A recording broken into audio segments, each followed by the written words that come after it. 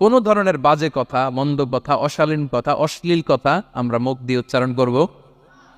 কোনো ধরনের বাজে স্ট্যাটাস, মন্দ স্ট্যাটাস, অশালীন স্ট্যাটাস আমরা ফেসবুকে দিব?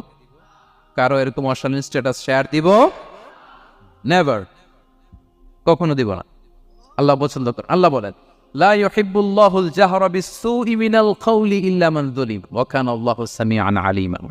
কোনো খারাপ কথা কেউ প্রকাশ করবে, পাবলিক করবে, ওপেনলি বলে বেড়াবে, এটা আল্লাহ পছন্দ করে না।